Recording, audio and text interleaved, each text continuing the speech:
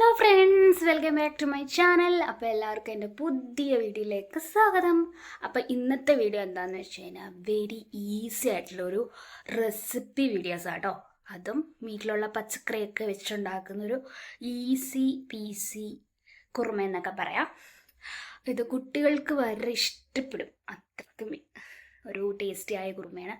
അപ്പോൾ അതിലേക്ക് വേണ്ട പച്ചക്കറികളൊക്കെ എന്തൊക്കെയാണ് ഞാൻ എടുത്തതെന്ന് കാണാം. ബയോ. അപ്പം ഞാൻ കുറുമയ്ക്ക് വേണ്ടി എടുത്തിരിക്കുന്ന പച്ചക്കറി എന്ന് പറയുന്നത് ഇത് തടിയങ്ക. നിങ്ങളെ നാട്ടിൽ വേറെ എന്തെങ്കിലും പറയുമോ? മറ്റേ തടിയങ്ക തന്നെയല്ലേ, കുമ്പളങ്ങ ആയിരിക്കും. ഞാൻ തടിയങ്ക എന്നാണ് പറയുന്നത് ആ സാധനം. ഇത് കിഴങ്ങാണ്. ഇത് മത്തങ്ങ, പടവളങ്ങ, വെള്ളരിക്ക, ക്യാരറ്റ്, തക്കാളി, സവോള, പച്ചമുളകും വേപ്പിലയും. അപ്പം ഇത്രയും സാധനങ്ങൾ കൊണ്ടാണ് ഞാൻ ഈസി പീസി കുറുമ ഉണ്ടാക്കാൻ പോണത്. അപ്പം ഇതൊക്കെ ഞാൻ അരിഞ്ഞ് കഴുകി വൃത്തിയാക്കി വെച്ചിരിക്കുകയാണ്. അപ്പം ഇതൊക്കെ നമ്മൾ ആദ്യം കുക്കറിലിട്ട് വേവിക്കാം.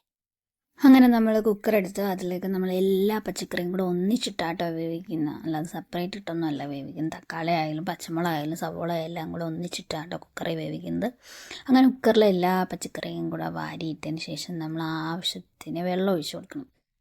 കാരണം ഇത് വെള്ളമുള്ള പച്ചക്കറി ആയതാണ്, നമ്മൾ കുറച്ച് വെള്ളം ഒഴിച്ചാൽ മതിയാവും കേട്ടോ, പെട്ടെന്ന് വേകുകയും ചെയ്യും. പിന്നെ ഇച്ചിരി ഉപ്പും കൂടി ഇട്ടിട്ട് വേണം നമ്മൾ കുക്കർ അടച്ച് വേവിക്കാൻ വെക്കാൻ. അതായത് എന്നുവെച്ചാൽ 3-4 പീസിൽ അത്രയും പോലും വേണ്ട, വെള്ളമുള്ള പച്ചക്കറി ആയിരുന്നു, പെട്ടെന്ന് വെന്ത് കിട്ടും. അപ്പോൾ അത് വേകുന്ന സമയം കൊണ്ട് നമുക്ക് അരപ്പ് തയ്യാറാക്കാം. അതിനുവേണ്ടി തേങ്ങ, മഞ്ഞൾപ്പൊടി, പെരുംജീരകം, വെളുത്തുള്ളി ഇതെല്ലാം കൂടെ നമുക്ക് മിക്സിയിലിട്ട് നല്ലോണം അരപ്പ് പരുവത്തിൽ ഇതാക്കണം. അപ്പോൾ ഇതിലും നമ്മൾ കുറച്ച് ഉപ്പിടുന്നുണ്ട്, കാരണം ഇച്ചിരി പച്ചക്കറി വേവിക്കാൻ വെച്ചപ്പം ഇട്ടുള്ളായിരുന്നു. ഇതിലാണ് നമ്മൾ ആവശ്യത്തിന് ഉപ്പിടണം. അതും കൂടെ അരച്ച് മഷി പോലെ അരഞ്ഞു വരണം കേട്ടോ. എന്നുവെച്ചാൽ അത്രയ്ക്ക് പേസ്റ്റായിട്ട് അരയണം.